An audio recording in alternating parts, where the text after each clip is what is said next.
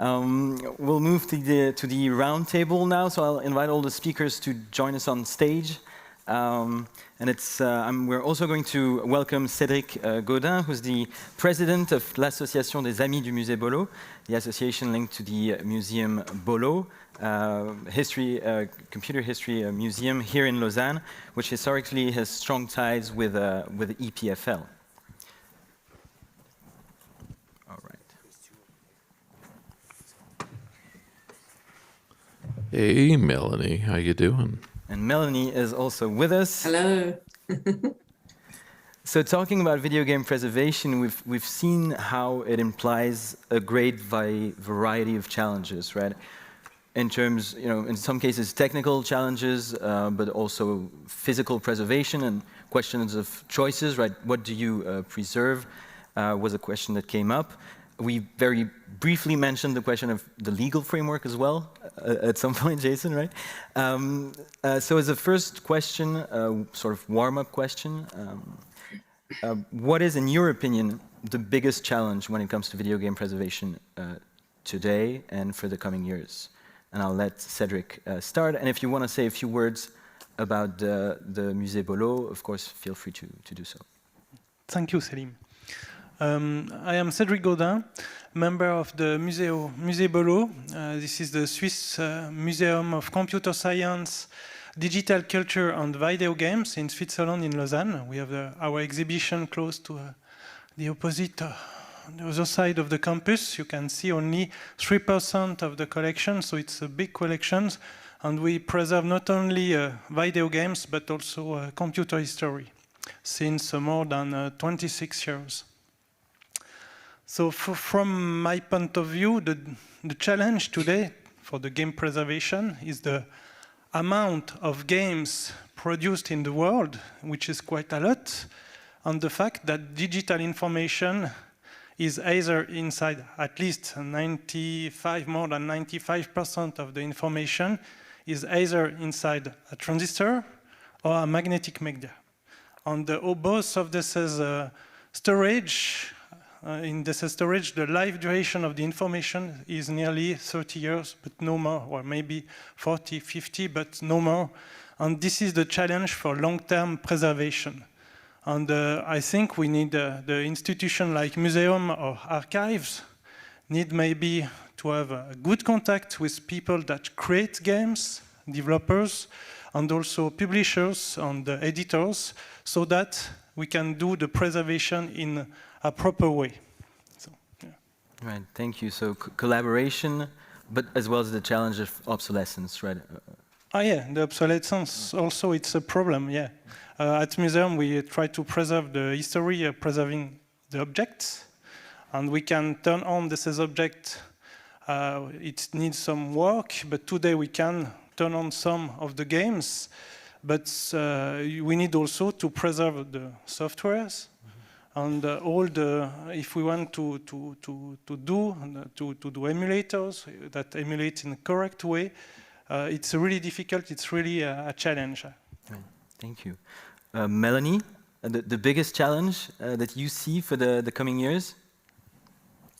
Well, I think there's a lot of potential for getting cultural institutions involved in preservation of games, but also born digital content more generally. They've been somewhat slow to come to the table. It's great to hear Cédric talk about the museum in Lausanne. And of course, we've heard from JP and we've heard from Jason, the specialized organizations that exist. But there hasn't been a lot of penetration outside of the specialized organizations. And I would like to see more,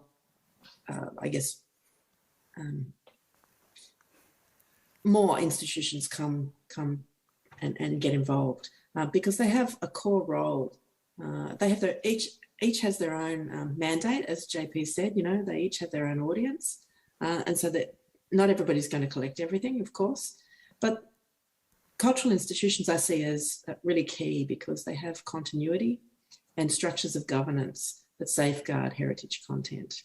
And I see it as part of the professionalising of the preservation of born digital heritage that's underway at the moment. Right, thank you. James, perhaps, biggest challenge you see for the coming years? Is that it? Is that working? Yeah, good.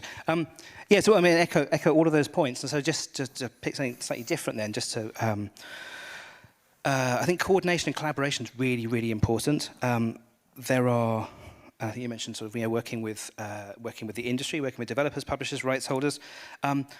Also working with, there are lots of collections. Lots of people have been collecting video games for a long time, and I think certainly in the UK, I think there's a real absence of a sort of understanding of where those collections are, what the scope and extent of those things are. So I think there's a really fantastic opportunity to begin to map that. There's a kind of map of game development which similarly addressed that problem of not really knowing where games were being made by whom.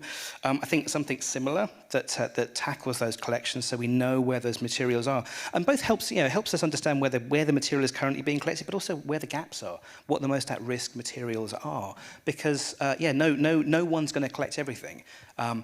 But this has got to be a distributed effort. So there will be areas of expertise, but connecting those together, whether that's in terms of physical collections, it's expertise, it's about scanning, it's videoing, whatever that might be, connecting those kind of folk together to create that distributed but coordinated project, I think is really, really vital.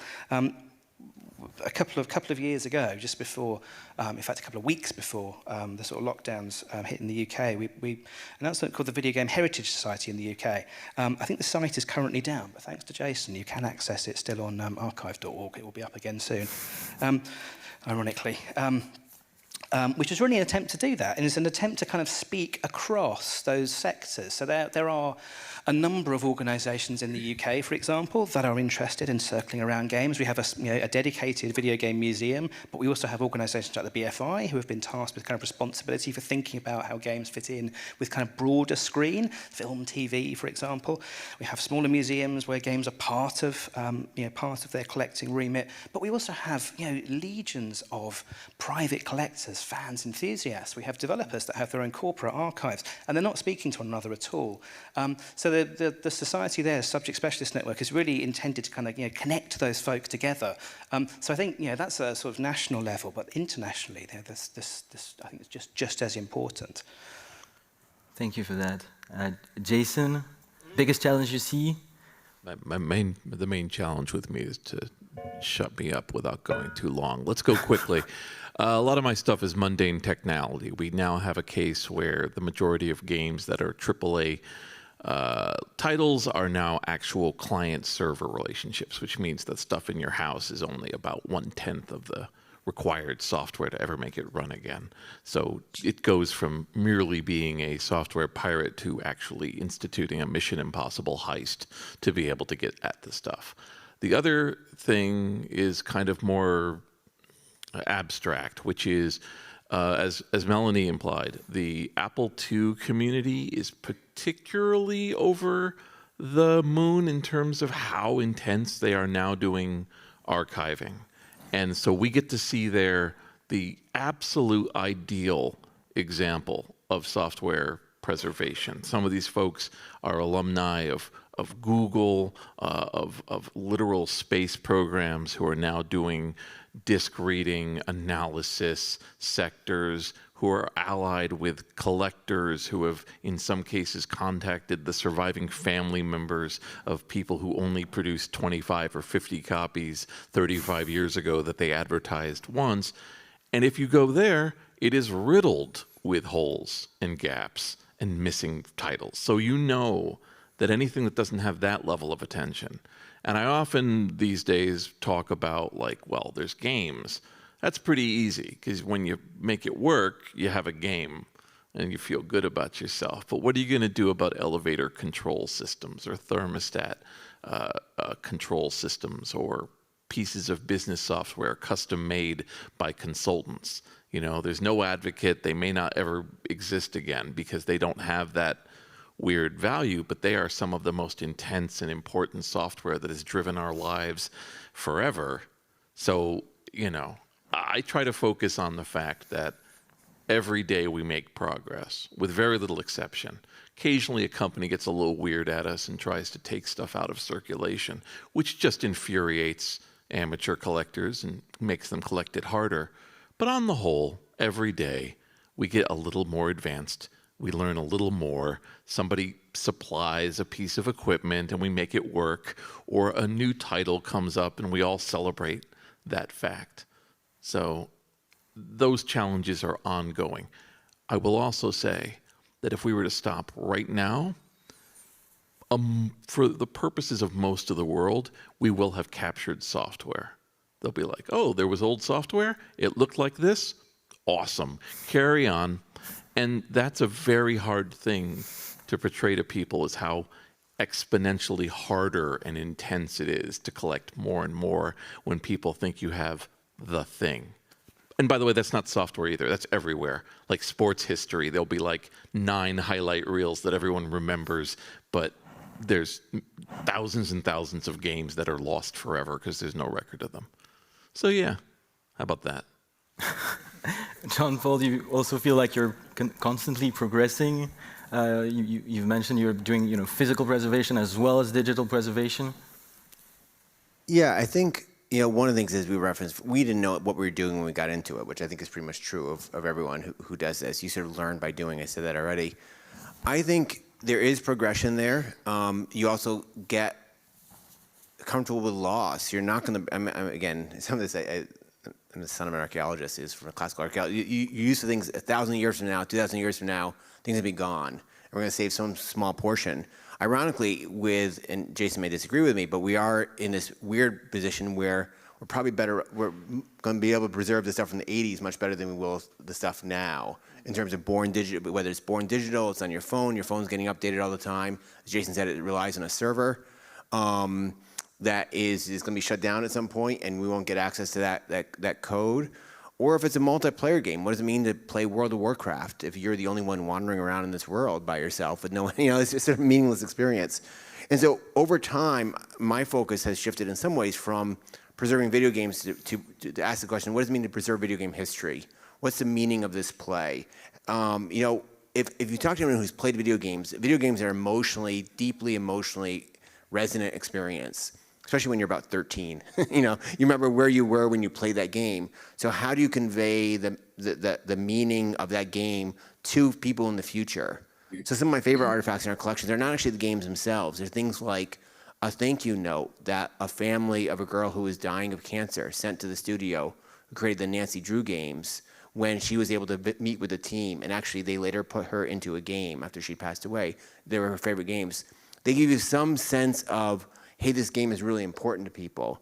So that preserving those materials, they get the player's experience, the play itself. Sort of as James was saying, how do you capture those? That to me is some of the hardest stuff to do. Somewhere around the 500th time I got interviewed about the server problem, out of my mouth came this statement of, oh, we're probably going to hire people in their 60s to play World of Warcraft like they did in their teens so that they can recreate it for later generations like we do with old villages and old museums. So yeah. I think that's what it's going to be. You got a job ahead of you. Right. And that's actually, I make that point sometimes in other talks where, we talk about, you talk about preserving sports, for instance. What does that mean? What does it mean to preserve an old sport like football, or in the U.S. soccer?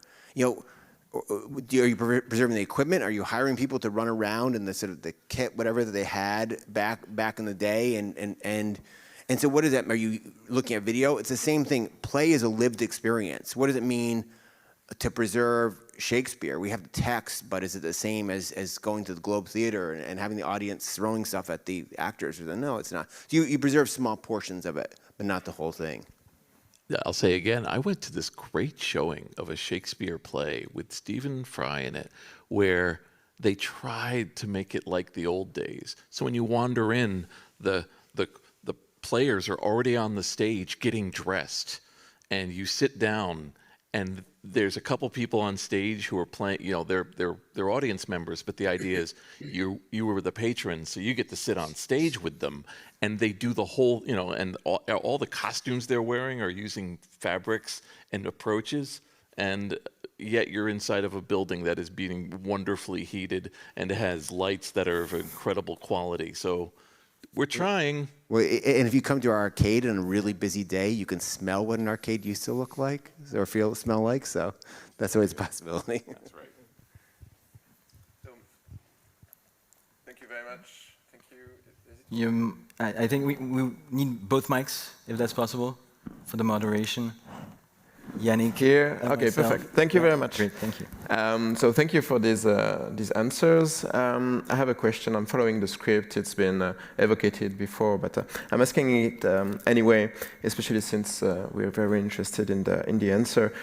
When you do the physical preservation of video games, this poses new challenges and potentially disrupts the traditional way we archive. So maybe I'd like to know your opinion on that, Jon-Paul, especially since the video games were not part of the museum at the beginning. How were you able to introduce them in the pipeline of preservation? So in some ways, physical preservation of video games is no different than preservation of any cultural product. So I think some of that is applying core principles. So documenting what you're doing, using reversible techniques. You've probably all seen those videos of the people who do the horrible sort of work on paintings to try to bring and then end up ruining the paintings. So we do a lot of that. So in some ways, the principles are the same. So whether you're an art museum preserving a painting or you're a video game museum preserving a video game, you may use some of the same principles, but all materials decay at some point. And so video games, the material, whether it's a floppy disk, will tend to decay much more rapidly than an old board game. Now, we've actually been pleasantly surprised in that sometimes they actually last longer than you'd think. And though sometimes there's corruption in different parts. So we do things like, for instance, we will randomly test 100 objects in the collection and to see if they work. Do we have the machines to actually run them or not? And so doing some of those things. But then there are all these sets of skills that you need to learn. But I think it might have been Melanie who made this point, don't be intimidated. You just start doing it and you learn it. And one of the things, and Jason has been a master of this, is there is this network of people at cultural institutions who are working with people who are just amateurs. And I mean amateurs in the sense of love of doing it or doing it just for the pure love of doing it. I mean, so much of what you've done, I think, and people are just volunteers who are just doing it. And the same way we learn from these private communities. So what I'd say is the same principles, you will need to learn new skills because this is a combination of physical and digital, but you can do it and there's a lot of people out there who can help. First of all, my mind got blown with the 100 object thing, which I'm now worried because maybe that's something everybody knows about and I just stumble into it this late in my career. They choose 100 random objects in their inventory and then they bring them out, which sounds so basic, but that means with no, this is our most popular piece. Because if you went to a museum curator, he'd just go to the 10, most popular pieces to prove, oh, we still have our Mona Lisa. But you're like, no, this half of a joystick from 1975, do we still have it? Is it still in the system? Did it work? Did somebody move the box? Like you discover all this quality. And I know that's basically fixity, maintaining the sanctity of your archives, which is a silent, but one of the more important things. That's the stuff other people don't do, including amateurs, where you don't go through random parts of your stuff. You don't have the time. I also want you to tell them the story about the Atari joysticks. Oh, about not working after a few days. So this problem of actually letting guests play things, which arcade games are meant to be played by public, turns out the Atari 2600 joystick is not meant to be played by 6,000 people in a single day. And so we put them out and they would break almost immediately. And we tried putting them, and we're slow learners, so I put them out and they break almost immediately again. And so one of the things you think about exhibition, which is a somewhat different question, is what actually resonates with people. And this is always a question with games as well. There are games that just don't work in a museum environment that would work great on the Internet Archive. Actually, we run the Oregon Trail from the Internet Archive at our museum. I don't know if I've told you that or not, but it works really well. But there are other games. There's a text-based adventure called Zork, for instance, an older game. Tried putting out there. Guests had no idea what to do. It was meaningless to them because the museum was not the right place to play that. So. We can go on forever. I'm worried these folks aren't being involved. There's an arcade in Minneapolis I visited, and it was an arcade full of old machines. But on one side, there was a door, and I looked in, and it was a 1975 living room with wood paneling and this crapped up couch and a stack of cartridges. And you're paying like a one price for all day price with these folks. So if you wanted to, you could play the video games, or you could go into the living room and play old video games with rock posters on the wall and old speakers. And another room had an Apple II with a stack of floppies. So you could just sit there and work on your Apple II. And that's just some arcade sitting out there thinking, well, I guess I got to have that. And I don't, you know, I don't live in Minneapolis. I would have loved to like say, well, in an average month, what is that? Is it parents making their children miserable walking through how to play this game? Is it and I've seen this before, I see young people who, one day we brought a mainframe to a hacker conference. And with mainframes, you normally can use either a disk pack, or if you're insane or desperate, you can flip switches for binary programs. And somebody who was there for the hacking conference sat in front of it with a book for like the whole weekend and taught himself this utterly useless skill from 1967 of how to flip front switches of like a PDP computer so he could make a program. I guarantee you he did not get on a plane to Las Vegas expecting to spend 3 solid days learning how to do this. But it was like a love story. It was like a thing out of time. He wasn't even alive, and he connected to it. So that's part of what drives me with these, is suddenly somebody is like, I'm sorry I wasn't there when you were new, but we're together now. And if we can make that happen, that's wonderful. Look, I made it into love. Anyway, you say something, buddy. So I think, yeah, it's the scope. And well, so we rebuilt, we worked with a couple of developers called the Oliver Twins, who were working with Codemasters, created the Dizzy series of games. We recreated their bedroom. So the bedroom they created all their games in, because it turns out they had personally archived everything. They had the machines they worked on, they had the chairs, the desk, they even had the curtains that we saw in the kind of reference photo in their loft. So partly, I mean, there's a couple of reasons for mentioning that. So one is, there is a really important sense of context. I think this kind of speaks to what JP was saying before. So this is a video games museum. So you want to talk about 80s development, you talk about 80s games, but you've always got to talk about what the 80s were. Like it's really important to get some context into the time these things were being made. A lot of the games are speaking to, political moments, socio-economic moments within, in this case, UK history. So actually kind of giving that context, giving that interpretation, I think is really, really important. So, I mean, clearly this is moving into a slightly, as JP mentioned, thinking to some extent about exhibition, but I think games need interpretation. So I think this, in terms of the challenges, so one challenge is scope, like what's within scope to collect. Because video games aren't a thing. There's loads of different materials that they're made up of. But also I think it involves creating new materials. So, you're mentioning wandering around World of Warcraft while it's empty and the only person there. Okay, so what would really help explain what World of Warcraft was, what it meant, how it was used?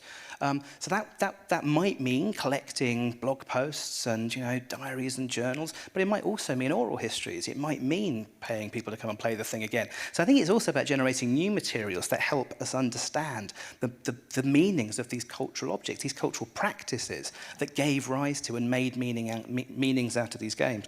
So for me, it's that there's still there's a scope question. So I deliberately, provocatively once, sort of had a version of a talk, and I think it's in that book even, that says just let video games die, it's fine. They have a period of life where they're playable. What we need to do is document as much as we possibly can now to understand what their meanings were, and then we'll feel better about the future perhaps. And take a slightly less hardline view of that now, but I think it's really important to start to document them, to understand them, and as I say, maybe generate new materials about them to help us interpret them. Games are difficult. Just being able to play the game, having access to it, won't get us to all those ways in which it can be played. So the thing I was going to go on and mention was like using emulation, using the affordances of things like save states to begin to move through games, to start to identify the kind of citable key moments of them, for example. So I think there's loads of really imaginative, creative things we can begin to do. not only preserving the materials and broadening the kind of scope of what we think is, constitutes game preservation, but also creating those really valuable, important interpretative materials that will help us understand what these things were and how those meanings have continued to evolve over time as well. And documenting the history of computers is what the Musée Bolo does and has been doing for a long time, also documenting this cultural history of computers. And while video games it was not primarily at the center of the museum, but rather hardware and computer machines, but video games are very much part of this cultural history, right, of computers.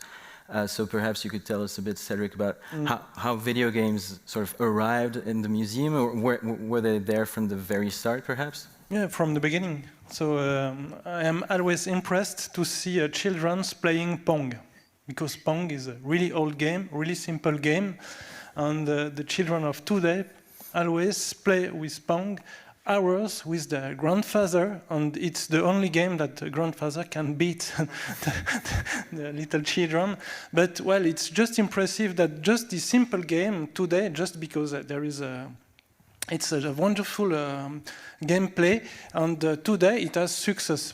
But it's a simple game with a big pixel, and it's working with old TV sets, and so on. But it has success. And at museum, from the beginning, we used the video games for the people so that they can have experience with computers, with microcomputers or console. This is a good way to give experience to the people, and then it's quite good and better to have all the environment you have in the 80s or in the 60s. If you can recreate that in a museum, it's just wonderful, and to give the experience of just touching the computer, moving the switches, how to program it, it's really, really nice. Or to see, for example, a replica of Apple I working and playing with it, programming, explaining to the children how to program this computer, and that it was not so easy. There is no internet, there is no USB, there's everything to do on these computers, and to explain to the people where in 70s the pioneers of computer science were and where we are today. So this is really interesting, and this is the role of a museum, and there is a lot of social implications. Maybe it started 40, 50 years ago. The computer science has just made a big revolution, and it will continue. So, and there is initiative like Internet Archive that is quite a good idea, and that started to do things. That's the most important things to say. Maybe not at the beginning in the complete way, but maybe it's good than nothing. This is the way to go, I think, even for the video games. Well, going back to digital preservation, we've been talking about collaboration, right? The importance of collaboration. And if we come back to emulation, we've seen that there are solutions and innovations that come from what Jon-Paul was calling amateurs, right? Communities of practices that produce real solutions, but also research, engineers, libraries, GLAM institutions, etc. Melanie, you've been very successful in sort of bringing these people together on large-scale projects, very diverse set of skills. How did you do it? How do we foster collaboration when it comes to digital preservation of video games? It's a great question.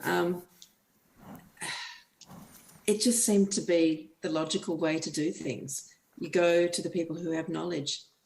And I mentioned earlier that this is really a multidisciplinary area to be working in. It's radically, I say multi, not just interdisciplinary. We have technical people, we have legal people on it. We have had in the past an IP lawyer on our team, media historians,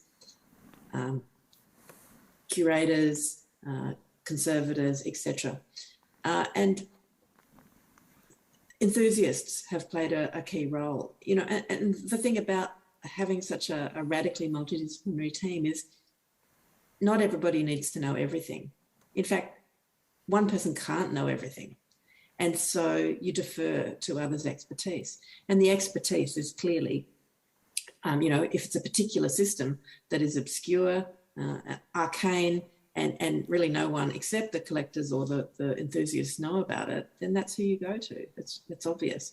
And I think the enthusiast effort has been superb. You know, like we edited a book called Fans and Video Games, which references the whole fan studies discourse about enthusiasts, you know, creating stuff that is of incredible value. My concern is that we can't rely on that effort forever. You know, people get old, people pass.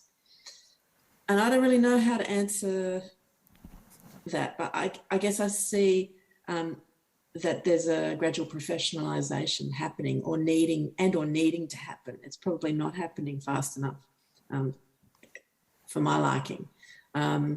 And once it moves into the professional sphere, then you have to think about the sustainability of the entities that are developing these solutions. So, you know, the Internet Archive, Jason talked about, you know, with the emularity, it's quite an unusual entity.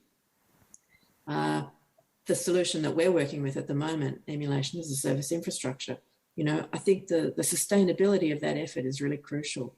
And when we're talking about project funding, which is what we're doing at the moment, you know, that's only 2 or 3 years at a time. You know, that's not enough to sustain something like that. So it's a real question.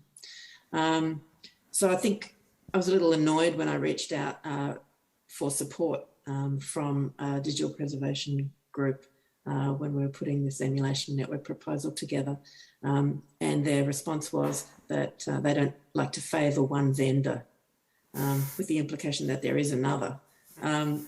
When there's multiple vendors, okay, sure. But when there aren't, it seems a little churlish and self-defeating. So I think that's a real question that the community needs to grapple with. I also had another point I wanted to make here, which is not directly to your question, but I think goes to the wider questions about challenges with emulation and the digital preservation area more generally. And that is that the professionalisation of the field means bringing people along with us by transferring the know-how from people who've created the techniques, often in informal contexts, to those who need to use them in more formal contexts. So software preservation, I think, will increasingly become a core skill set for the 21st century archivist, librarian, or conservator. And yet there are very few courses, none, in fact, where I live, that are teaching people how to do this work. There's plenty of, you know, theory in library science and archival conservation training, which are the 3 professions that are coming in contact with this born digital heritage most. But no practice-based learning. You know, so it's not surprising really that it's taken some people a while to see the obsolescence and preservation problems that we've been banging on about for so long. It's been convenient for them to just be able to say, oh, it's just about games. I think that tide is turned now. It has turned. And many more people now realise how central the problem of complex born digital artefacts actually are. So now it's really an issue about training and workforce development. We'll be tackling this with some of the partners on the AusEasy project in a small way, making some initial steps to train staff in existing institutions, but it's a much bigger issue, much more than can be done, you know, in a project. So I think it's a real issue, needs to be addressed, and there's a lot of catching up on to do. Yeah, I'll just say we haven't really had a situation where we've had to do easy versus emularity. You know, like for me, looking at the history that I have of so many other industries and variances and places where standards and it's, if you only have one way of doing things, it's extraordinarily unhealthy. You know, if you have one phone system with its own standards, or you have one computer system or one car approach, right? You end up with this bizarre stunted things, and there's stuff that isn't even aware as being a problem because people are so slotted down into this is how things work. And easy appeals to a very specific set of the world. Mine appeals to a specific set of the world. And then each of these has their advantages and disadvantages according to various people who use them. And you need that. I wish there were 3. I had real hope for Olive, but it fell apart. But Olive would have been like a 3rd. And maybe there'll be another one that shows up where if you don't have that, then people can't ask, where's this, where's not. For instance, emularity can't do save states. And for many of the situations, it can't flip disks. Sometimes it can, but sometimes it can't. You know, and easy can. And so you have these different pieces that happen.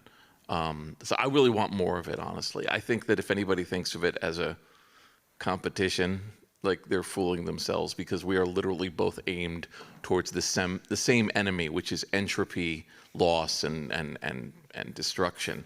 And how that works out, you know, we'll see. But the other line that I use, I think I used it in dinner last night.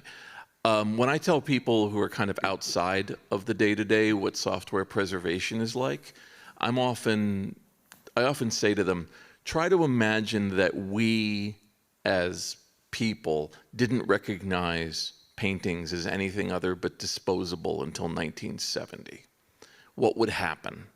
Well, you'd suddenly go, you know, I think these paintings are pretty important. We should think about letting. You'll drive around to all these houses and be like, hey, you got any paintings in your attic? And someone's like, oh, Grandpa loved paintings. And you go up there and there's like 500 and you're like, cool. And you're just grabbing them and you're like, this one's really old. I wonder how they did this. And you grab another one and you're like, wow, this one's on poster paper from a store down the street. And you just assemble it as fast as you can because you don't know. And then people start going, oh, well, you know, some of these are having some, you know, they're starting to fall apart. What do you do with that? And you know, I'm starting to, and how will you arrange them? Oh, I don't know, oil paintings? Cool. And like that grasping in the dark is what's happening with software preservation. We're grabbing them as fast as we can because we know it's dead. We are desperately trying to make them live again. We are asking ourselves questions that in another discipline have already been answered because they've been doing it for 50 years. And now we're just starting to form them. And what's going to happen is we're going to finish this at the end and people who are in other disciplines will go, hey, what took you so long? And it's like, yeah, well, up until a certain period, nobody even, all I wanted to do with the emularity was make emulation boring. Like if you say to your friend and you go like, look at this YouTube link of this performance, their first response isn't, oh my God, how are you getting this to work on my browser? I'm watching a video and it's just running? I wanted it that like, oh, here's, you know, this 1993 bicycle repair program. Someone would go, oh, ooh, I don't know why he thinks bicycles are like that. Not going like, oh my God, I'm playing an Apple II in my computer. I want them to just get to the next level. And I think we're about there. I don't think anybody falls off their chair when a game starts playing in their browser from 1983. Great. Now let's keep going. So that's what that was always the goal. And a professional level integration like Easy is what's needed for a lot of groups that then start asking questions about we needed to have this whole regulated seed and we needed to work dependably on this particular situation because emularity doesn't work everywhere. I made a choice like I could have 3 million people use it at once and some of them are not going to enjoy it, but it's 3 million. Thank you very much, Jason. We are only a few minutes behind schedule and there's one last thing we haven't done. Is there a question from the public? Perhaps a fast one? Who has the best question? Because they're already nervous, and now we're going to tell them that they have to be the best. Who have you beaten, like the Hunger Games, to give us the question? It's welling up inside you. I can feel it. If it's not the best, they will be around for the rest of the day, and you'll be able to talk with them. But if it does, the one who stands up first turns out to be the best question. There we go. See the hands. I can just say from here. How do you respond to the legal challenges of software? So I'll say it for YouTube. First and only question, why aren't you in jail? How do you respond to the legal... Not get in jail. Yeah, how do you not get caught and be sent to jail is the question. Oh, JP, you want to answer that? Anybody else not in jail? Okay. Oh, Melanie, how are you not in jail? The question of legal framework.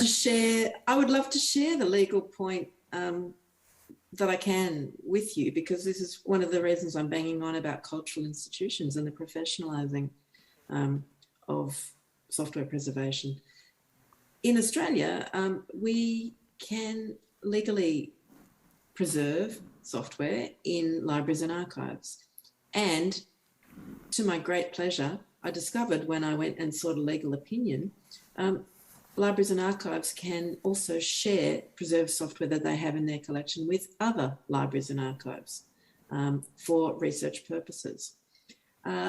This is a research exception, section 113J in the Australian Copyright Act.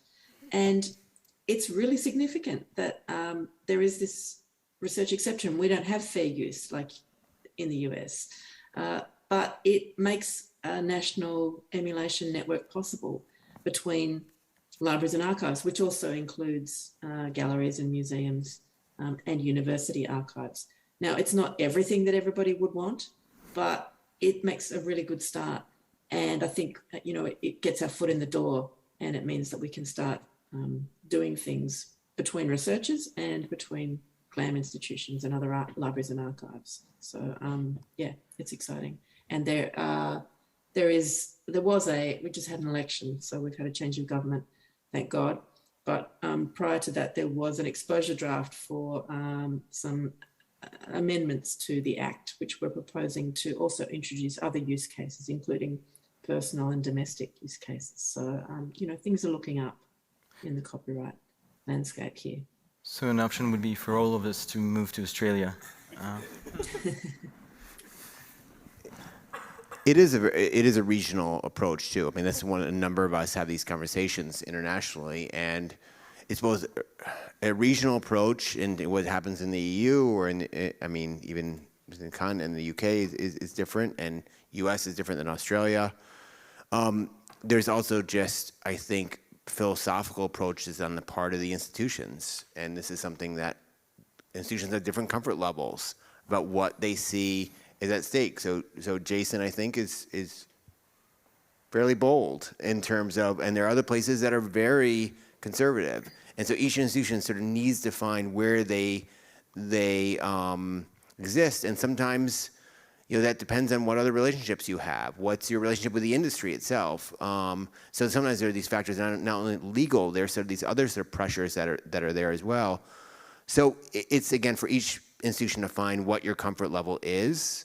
Again, you just take the beg forgiveness and then you just go ahead and do it. And generally, I think preservation, it tends not to be the issue as much as distribution in a broad sense. So I think you can preserve a game, but it's when and how you make that available that then becomes a discussion you need to have internally about, because you may have that externally. So Jason's at one end. There are places that are very conservative, won't do anything. I mean, there are people beyond Jason who are in institutions who are doing a lot more. So I always ask for probation before permission. The fundamental problem, if you want to call it that, there's two things that have happened. First of all, America has figured out that it's not the #1 manufacturing arm of the world. So instead it turned towards intellectual property as being its main export. So you're welcome, but one of the other sides of that is that it has created some very extensive, weird laws around intellectual property and the perception of it, including automated copyright and declaring things that look sort of like other things to be that thing, and therefore you took it, or treating virtual objects like they're physical with all of the same attributes. So we're in a kind of a weird state. And throughout that, there is this almost spider web level of legal exceptions that have been kind of woven up. And while I'm sorry we weren't able to get through the whole thing without it, Trump mentioned destroying one of them, mostly because he didn't like that the press could make fun of him. And in doing so, he jeopardized this extraordinarily difficult stabilization we have as relates to hosts versus their content.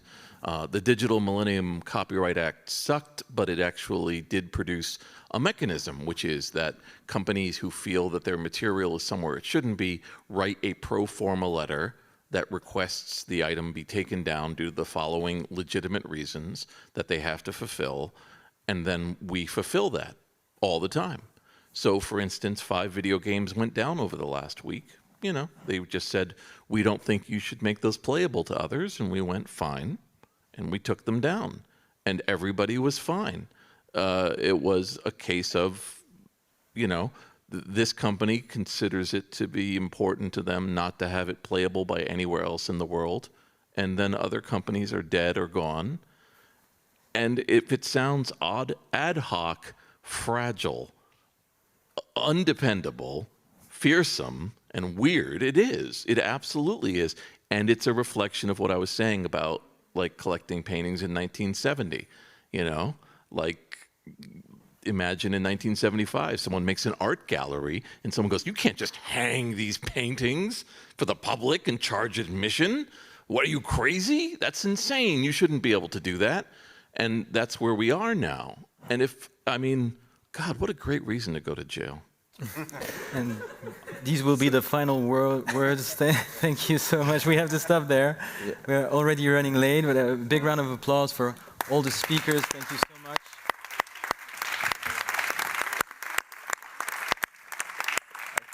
Melanie, you're a TV. Thank you, Melanie. We can see you, Melanie. Bye-bye. You're there. Thank you so much. Thank you. We can agree it was the best question. Absolutely. Yeah, it was. There's a 20 minutes break now, I believe. So see you all back in 20 minutes, and thank you so much.